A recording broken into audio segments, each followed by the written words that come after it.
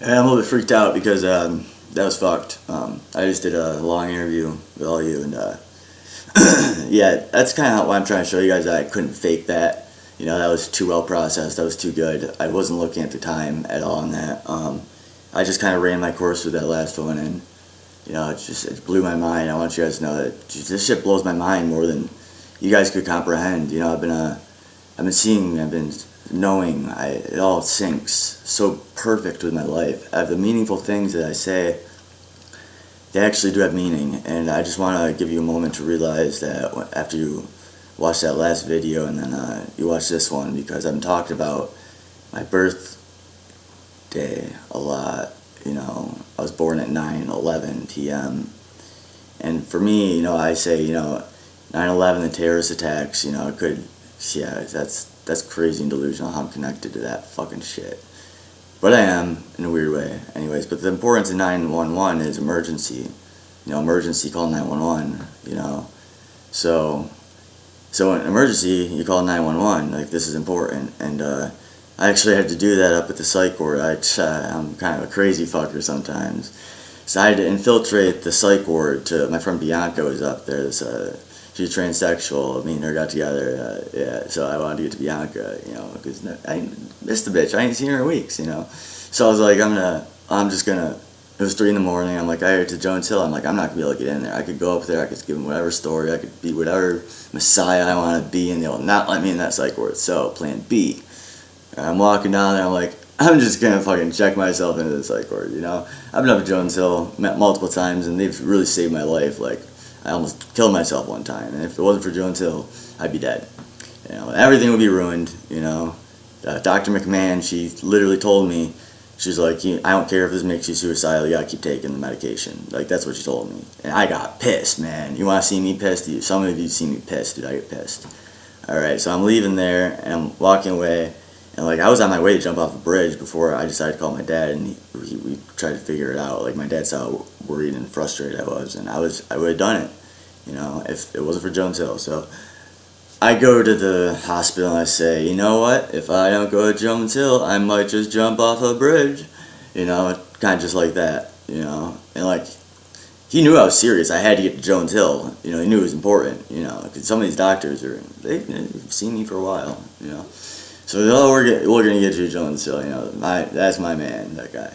And oh yeah, it was pretty cool. He brought me a sandwich, you know. He brought me 2 cups of coffee. You know, that was a really nice. I don't know if he was like a nurse or I always forget. Sorry, I always forget names too. But he was the man. He knows who he is. And anyway, so they get me up to Jones Hill, and I get there, and I walk in the door, and oh, I see all the fucking people I know. I've been going to Jones Hill for 5 years now. 5 years now. Since I was 22. You know, I got a story about that when I first got there. But this time I went to Jones Hill to see Bianca, but I knew even when I was going to see Bianca that there was another reason I was going to Jones Hill. Okay, I'm not stupid.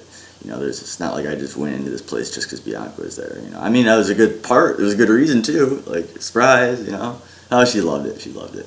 You know, man, that was a great day. But anyways, I'll tell you why. Again, all my friends are there. I've known over the years. Like, Rozo is there. Some of you guys know Nani. You know, Naomi. It's her sister. I didn't know that. I just learned that up in the ward. There's this other dude named Sean. He was a pretty cool guy. You know, that man, they had him loaded up on so many drugs, so I felt bad for him, dude. He was like, I'm like, shit, dude, you gotta get, these drugs aren't good for you. Anyways, so I'm up there, I see Rosa, I see this Sean dude. I haven't seen this dude Joe. You know, I met him once. I recognized him, but I didn't know who he was. I thought he was this other guy, actually. But it was him, and I just met him a couple weeks prior. I was with my friend, and he was showing me how to do some shit, and we had nowhere to go, so we went out there, and I met the guy for like a couple hours, let me use his bathtub to, you know, wash my feet, because they were all soggy and wet from walking in the woods. That's another story. But actually made me some eggs. You know, he seemed like a cool guy. He was bitchy about money and his cell phone and stuff like that. You know, his cell phone was broken. It was Galaxy S6. You know, I just had that phone. That phone got stolen, but I got a story about that one too. And so he's bitching about money. He's like, oh, yeah, I just money. I don't know where my place to go. This place is drafty. His apartment. You know, I'm like, shit, dude, that sucks. You know, sorry, money, problems. All right, you know. And we ended up leaving that night, and I went back to my friend Heidi's, and my friend went home, and you know, so I met the guy there, just randomly met him, and he was up there, and then a bunch of, I don't remember all the patients' names, okay, but I have a thing with faces, but faces I see like this up in the psych ward. I remember a lot about these people and their problems and shit like that. So, that was another reason I was up there, to kind of get the lowdown of the patients and talk with them. And, even the patients that are really, really out there, like this one woman, she's really out there. I don't really want to say too many names, because it's a facility where some people don't want to know they're there.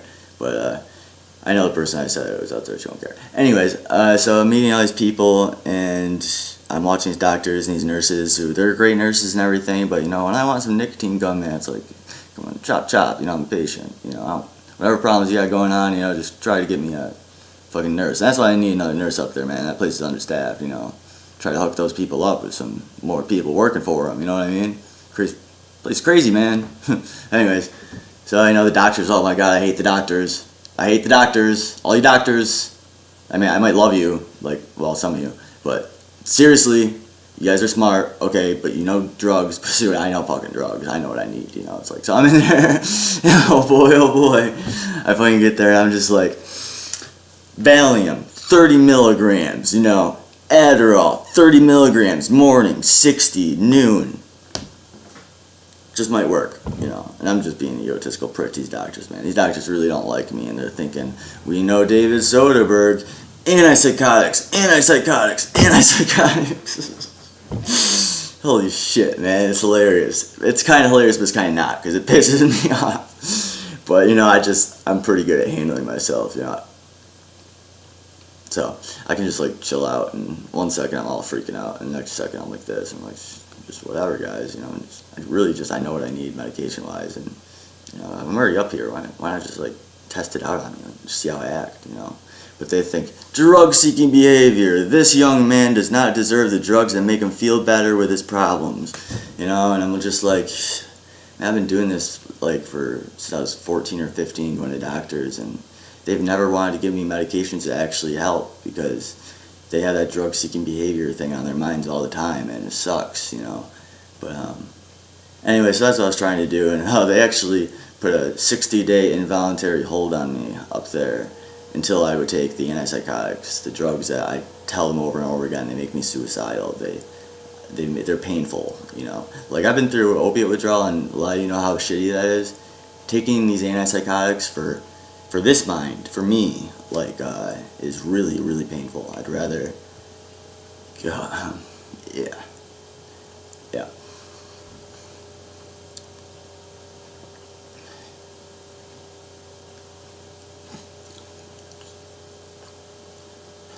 Okay, alright.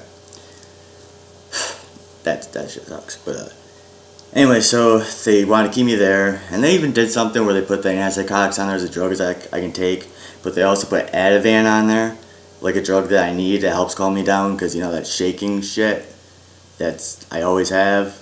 This one, I'm pretty bad right now, I'm very excited right now, I'm actually having a very good time, but I still can't control the shaking. You try welding when you get excited, when you're about to go, I shake like this, still okay at welding, but, yeah, so they put Ativan on there as a drug that I can take, but I can only take this antipsychotic or the other way around. I can only take the Ativan if I take the antipsychotic, you know what I mean? And they were trying to, I call it bait me into taking the antipsychotic by giving me Ativan, which they think is because I drug-seeking behavior, because I like to get fucked up on benzos, which honestly, I don't even like benzos. The high sucks, man, it just makes me kind of dizzy, but it does relax me to the point where I can calm down, and my thinking's not going, because it's always going, But, so I've been wanting a benzo for that reason. Doctors, they won't give me the benzo, they think it's for other reasons, and I'm trying to tell them, I tested out, I was prescribed, pretty cool, psychiatrist, so I guess she's more of a nurse practitioner, which is cool. I call her doctor anyway, because she's, smart. But anyway, she prescribed me some Valium, because I told her it helps, and she actually listened, and she doesn't think I'm psychotic at all, she thinks a lot of it has to do with the drugs I was doing, which probably did have an impact, but it wasn't just drugs. That would be ridiculous. Anyway, so she gave me 10 milligrams of Valium to take 1 in the morning, and you gotta know that I need higher doses. I was an alcoholic for many years. I don't know if I alter my brain chemistry already. I don't know if maybe I just need higher doses. I don't know if that's anything to do with it. Doesn't matter. But 30 milligrams, I tested out in my house. 20 milligrams was too low. It was too low. But 30 milligrams it worked. You know, I took 30 milligrams and I lay there and my body was relaxed enough. I wasn't thinking like I'm always shaking. You know, there's other things that go along with that. You know, it's not just the shaking. It's like certain feelings. You know, and it takes those away. So that's why I want 30 milligrams of Valium. I'm just like, just give it to me. I'd sit there. I would have sat there the entire time, you know, just trying to get my doses. You know, they gave me Ativan, but honestly, I don't like Ativan. It doesn't work as well. You know, actually, I like clonazepam most. It works the best. But I'm cool with Valium because the 30 milligram Valium worked. I guess it's active for like 16 hours. It's like longer acting. So I'm not fucking redosing on that shit because I don't even really like benzos that much. You know, I will get fucked up on benzos when I'm pissed drunk. You know, I have done that before, and that's actually part of the reason why she didn't want to give them to me. It's because she figured that she's heard me tell stories about when I was drinking, doing those blackouts and all that shit. So that's probably one of the reasons she didn't want to give it to me, because she thought I'd do that. But honestly, like, I won't touch the Valium when I'm drinking. You know, maybe I'll do one. All right, but like that would be it.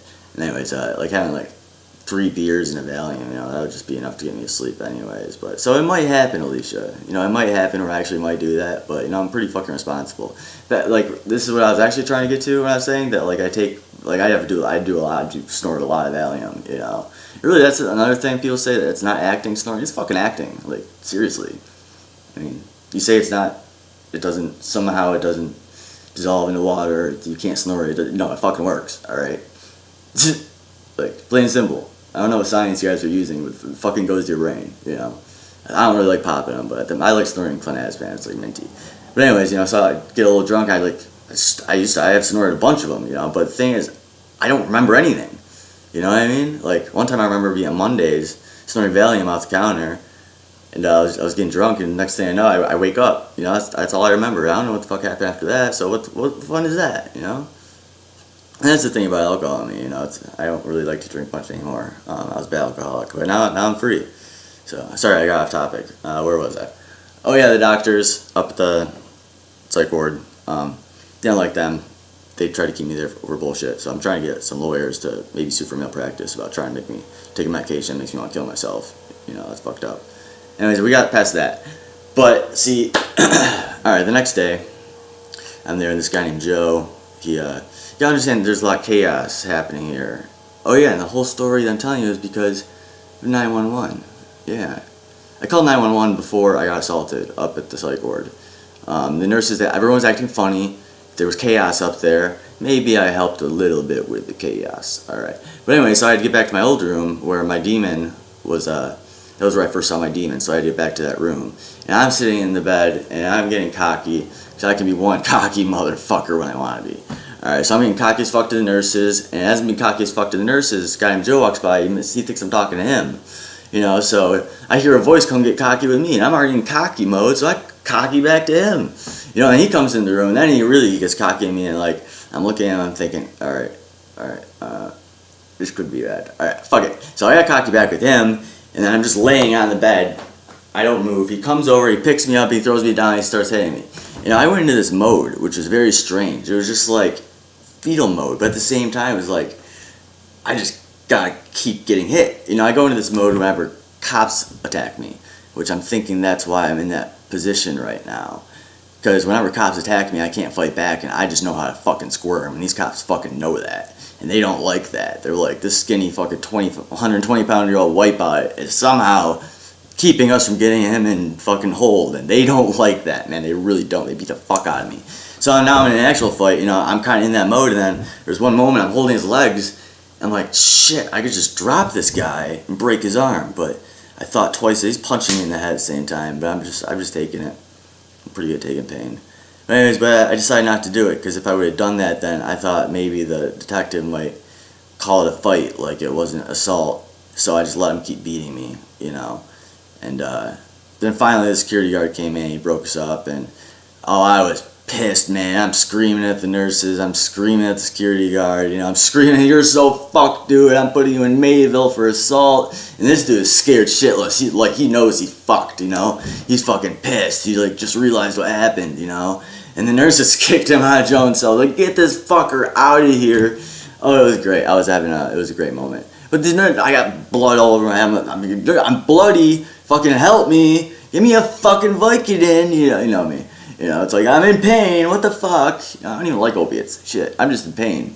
And I knew my head was gonna kill after that. So they finally come in there with the lysine, water bottle, spraying all off, it's getting all over my bed.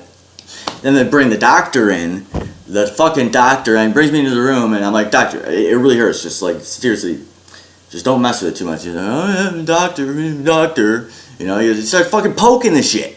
I'm like, dude. Like, I let him poke it for a little bit too. I'm like, what the fuck are you doing, dude? It's a fucking wound. Why are you poking my wound?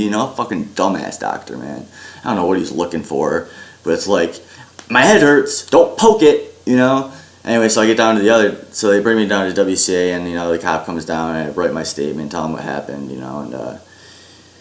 there's another story to that. I'll put it in my book. This isn't really about, my next book's gonna be good. But, so the other nurse comes in here. He's very gentle with it, because he's an actual doctor, a decent one, and they trying to get Vicodin down there, and then the nurse comes in, and I'm just asking what I get for pain, and then she's like, acetaminophen, I'm just like, fucking prissy doctor, it's like, seriously, I can't get like Vicodin, or I even said hydrocodone, I can't get like, my head's fucking killing me, what I mean? So I talked back to her a little bit, and she like thought I was threatening her or some shit. Like, I wasn't even threatening her, I was just, sometimes I go into certain tones of voice that, Judge Wanakusa knows that one.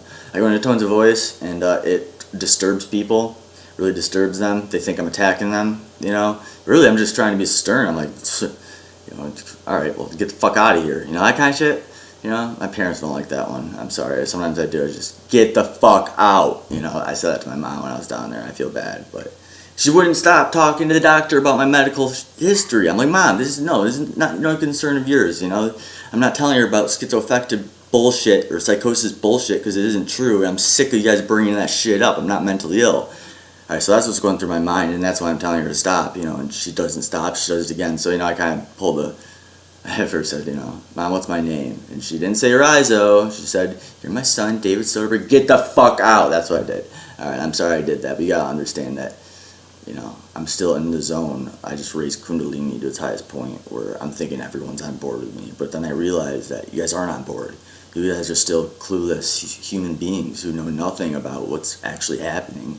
And that's a very complicated thing to understand. And a lot of people who are schizophrenic, who start going through these things, I know they get that feeling at times, and they turn into something, but dude, it's that real, And it is real, but now I'm aware. I'm aware that you guys aren't on board at all with what's been happening in this world, in the spiritual world, between our world and there, and the glorious ending that is about to insist upon us. And I want to say pursue, but it's insisted upon us because I've already gotten to the point in this world where we're all good.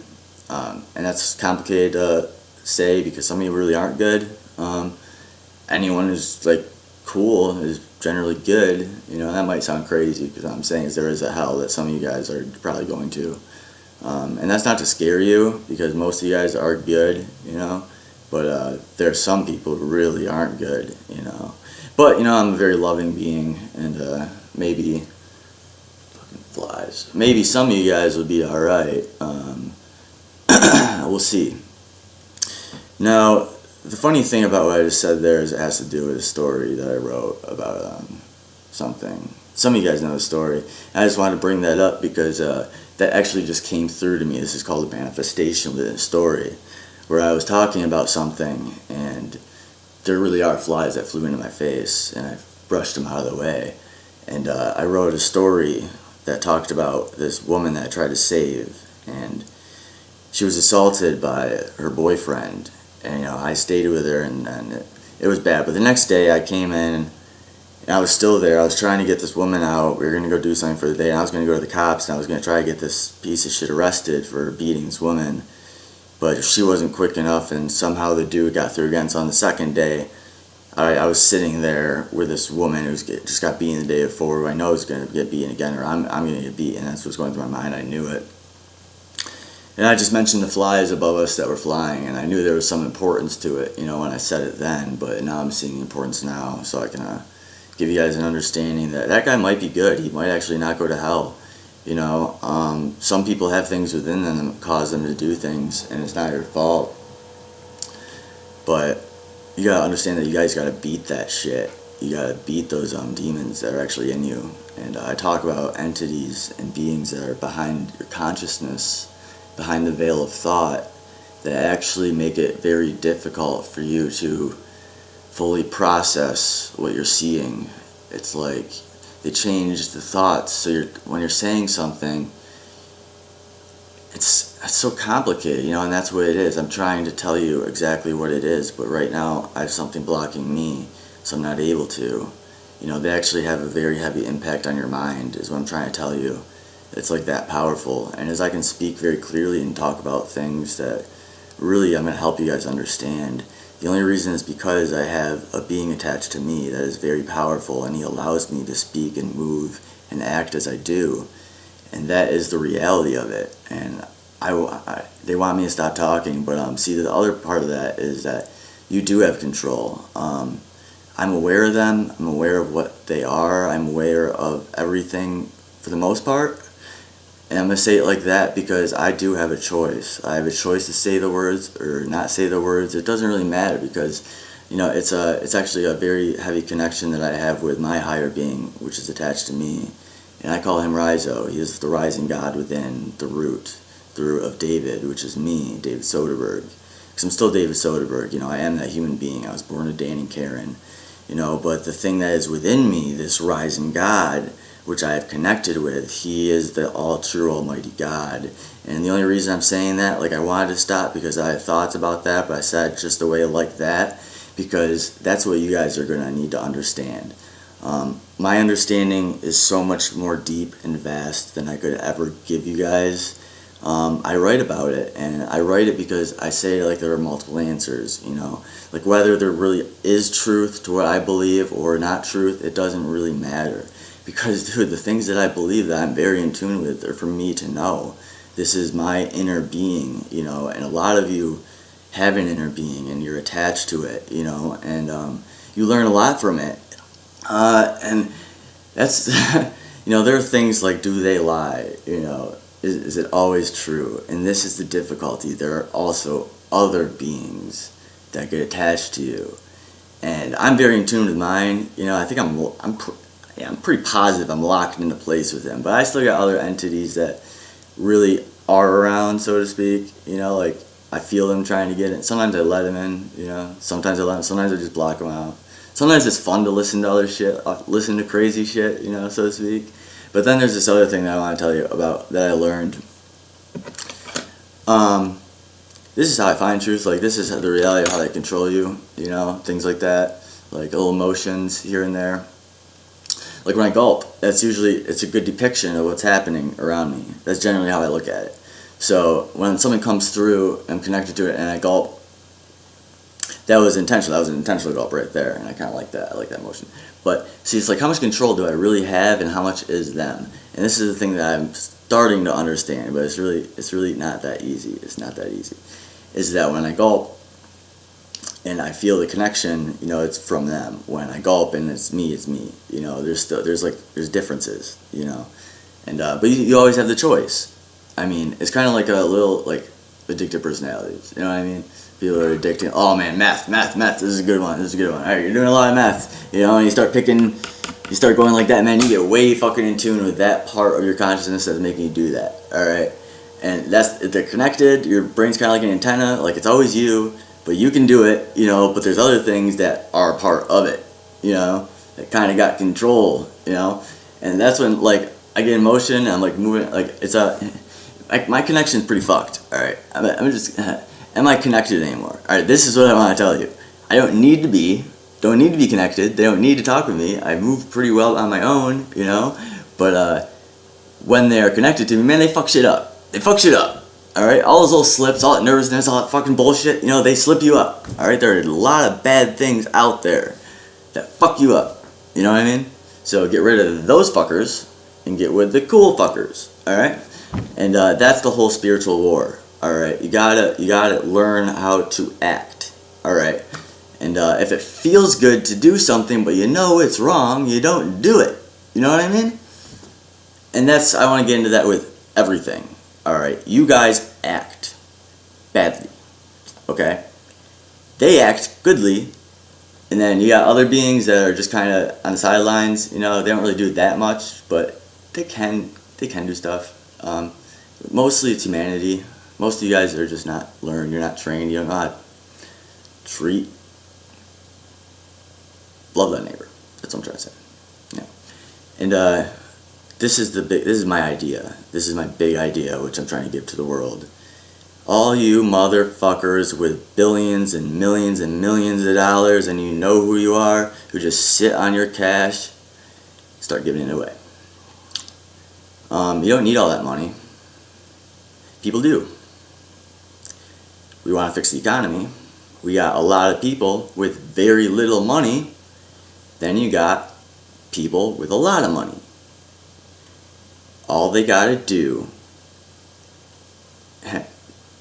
yeah, I'll go with you guys' idea. I appoint people under you to give money to go out and start giving it to people who need it, people who are loving, people who are kind. I mean, you can write stories about these people. You can, however you want to do it, you can make it even bigger than just giving money away, because within these stories you're going to find true, good, and loving people who give. And that's going to be a wake up for the world to see the United States and how we truly are. Because let's say the other countries don't like us, but they do not see us. All right, they do not see us Americans, you know. And that time, you know, I get emotion, you know. I feel they want me to feel emotion, so I got emotional right there for you guys, because you know that is the big thing about it, you know. But there are a lot of us Americans who fucking suck, you know. We're not all good, but you know, there's still a lot of good, awesome people around, and I want the whole world to start doing this, is what I'm saying. Because if everyone starts doing this, if everyone gets together and shows each other how loving and awesome each country is, as we give away the money we don't fucking need, and you know, this is for the elite people. This is for the people at the top who are trying to figure out how they're going to solve other problems. And if we can all pull together and do it right, well, I think most of the economical problems, most of the social problems, most of the really controversial shit, like the transsexuals in bathrooms, you know, you guys can figure that one out on yourself. I'm sure that there's some way money can pull into that from you guys, you know. And then we got there's just okay. Now I'm gonna get on with my story. So I'm at Jones Hill. I just have to come back to this. So I'm at Jones Hill when I first get there with my friends, and man, they start giving me clothes. I have no clothes. I'm in this shirt. Lo and behold, I'm wearing this shirt. Love this shirt. And I'm in some pants. My pants don't fit me really well. You know, it's Jones Hill. They don't give you anything for your pants, really, except for little clip things. Fuck that. And so they start giving me clothes. My friends, oh man, Rosa gave me a new sweater. That was nice. Just gave me some, I think they were pants. Yeah, she gave me some pants. Yeah. And then Bianca, she gave me this pink shirt. She's like, you'll look great in this. I'm like, alright. She gave me this pink gay shirt. Oh yeah, I gotta get the pink shirt. Alright, got it. Gives me this pink shirt. You know, alright, now I gotta wear that shirt. Gotta wear that shirt. This is fucking hilarious. It's so hilarious.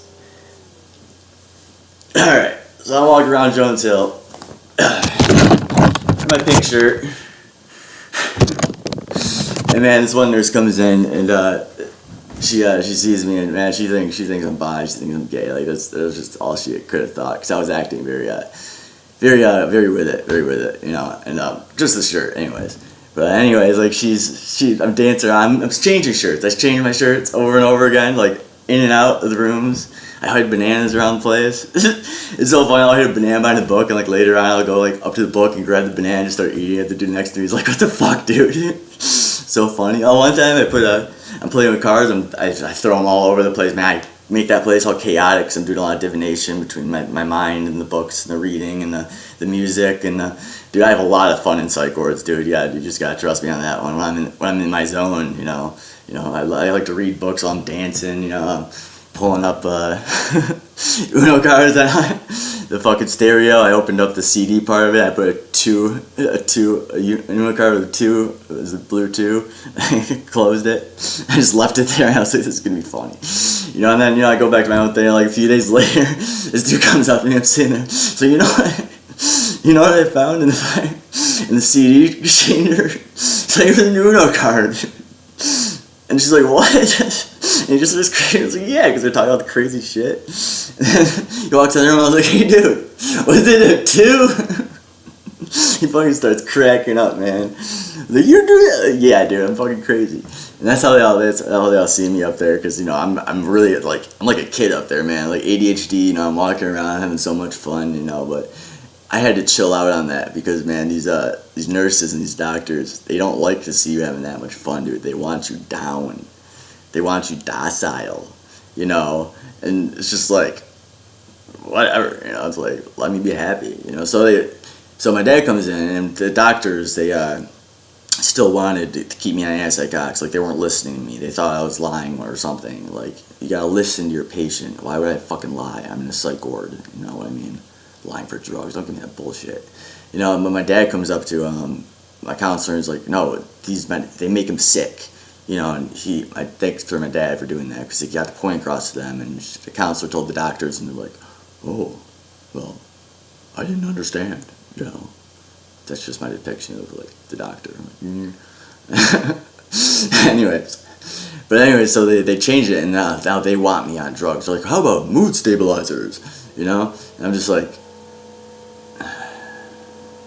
I know they don't do anything to me. I take large doses of mood, they don't do shit. They don't affect me at all. So I was like, all right, put me on mood. Because I was trying to get out of there at that point, I had other things to do. But get on mood stabilizers. I've taken like 400 milligrams a day of Lamictal. It's like anti-seizure medication. The only reason I can't take this medication is because I like to eat cough medicine. And like Lamictal for some reason kills my cough medicine high, So I don't take it, because I love cough medicine. But I decided to take it there just to get him off my back. I took it for a few days, and finally the last day, it was Halloween. It was an important day for me. It was an important day for my friend Heidi, actually. So I wanted to get out. I wanted to see her, but she got fucked up with that. But anyways, so it's the morning time. The doctors come in the morning. They wake you up. At Jones Hill, it sucks. Every single morning, if you've never been there, they wake you up to talk to you about how you're doing. Like, oh, that's the perfect time to ask me how I'm doing. I just fucking woke up, Like, shit. You'll say fucking whatever. It's like manipulation. They wake you up in the morning to talk to you because they'll get you to say like whatever the fuck you want to get them to leave. That's the little trick at Jones Hill that no one has figured out that I just figured out. So fuck you, Jones Hill.